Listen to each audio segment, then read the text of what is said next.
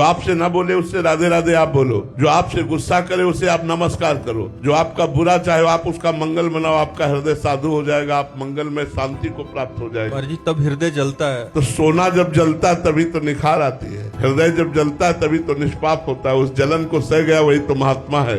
काम आया, क्रोध आया, ईर्ष्या आई, द्वेष आई, इसके प्रतिकूल आचरण करने पर हृदय जलता है। उस जलन को जो संभाल गया वही महात्मा हो जाता है। जी उसको क्षमा मतलब अंदर से प्रणाम करके या सामने से तो अहम में चोट पहुंचती है। तो अहंकार ही तो नष्ट करना है। अहंकार में तो काम, क्रोध, लोभ, राग, द्वेष ये रहते हैं और किसमें रहते हैं? इसी घर को तो उजाड़ना है हमको। अहंकार रूपी घर को उजाड़ दो, निर्विकार हो गए, इसी महल में रहते हैं सारे दोस्त। अंतःकरण के अहंकार में ही ये जितने विकार हैं सब रहते हैं, उसी को तो नष्ट करना है। इसीलिए सबको प्रणाम करना है। सिय राम मैं सब जग जानी, करो प्रणाम जोर जुग पानी।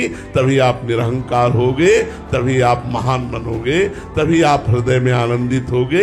नहीं तो राग द्वेष होता रहेगा, संसारिकता बढ़ती रहेगी। और जी एक बार प्रणाम करने से मान जाए तो ठीक है, फिर ऊपर से और ज्यादा तो हम और प्रणाम करेंगे, हम और प्रणाम करेंगे। हमारा प्रणाम बंद नहीं होगा, उसका राग द्वेष बंद हो जाएगा। तो हमें चाहिए, हम लोग आध्यात्मिक हैं, यदि हमसे कोई द्वेष करे तो भी हम उससे द्वेष न करें। अपनी तरफ से द्वेष करना तो बनता ही नहीं है। सब में श्री भगवान विराजमान है, ये हम आध्यात्मिक उत्तर देते हैं।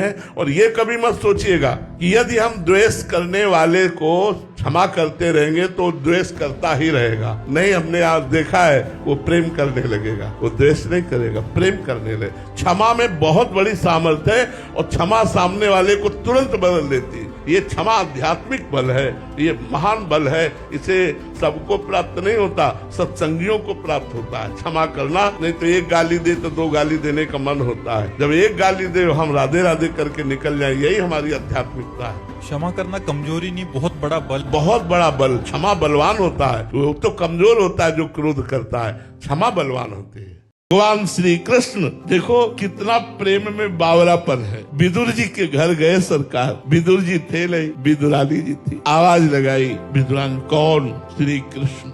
मेरे इष्ट पधारे। बैठाला, उनकी भाव दशा बदल। मेरे प्रभु आए, मेरे प्रभु आए। मैं रात दिन जिनका चिंतन करती हूँ, जिनकी बाट जो होती रहती हूँ, आज वो मेरे प्रभु और आंसुओं की धार चल रही। प्रभु ने कहा ऐसे ही बैठी रहोगी या कुछ खवाओगी? मुझे भूख लगी है। ये वो प्रभु बोल रहे हैं जो अभी दुर्योधन से बोल करके आ रहे हैं। दुर्योधन ने कहा चलो महल, कुछ भोगराग हो जाए। तो भगवान ने कहा दुर्योधन, ये भोगराग दो स्थिति में होता है, एक तो अभाव में और एक भाव में। मेरे में अभाव नहीं, तेरे में भाव नहीं। मुझे भूख नहीं लगी, मैं कोई भिक्षुक नहीं कि मैं भूखा तेरे पास जाऊं, और तेरे में भाव नहीं। या तो कोई प्रीति परवश होकर पाता है, या तो दरिद्रता परवश होकर के पाता है। ये दोनों भाव मेरे में नहीं। और भगवान चले आए, यहाँ आके बोल रहे हैं मुझे कुछ पवाओ, भूख लगी है। क्यों? ऐसा भक्त अपने हाथ से पवाए। अब वो तो बावरी से क्या, वो केला रखे, ला उठा के और पवाओ। केला तो ले आई, लेकिन दशा भी देह की नहीं है, देह शुद्ध विस्मृत दशा है। तो केला ऐसे छिलती है, गूदा फेंक देती है, और छिलका भगवान छिलका। क्यों? भाव। इतने में विदुर जी को पता लगा कि प्रभु आपके घर गए, दुर्योधन के महल नहीं गए। भागते हुए विदुर जी आए तो वह दशा देखी कि उसकी जो गूदा है केले का वो तो बाहर पड़ा हुआ है। और प्रभु को ये छिलका पर बोले, अरे बावरी ये क्या कर रही तू? हाथ से छीला और छीला।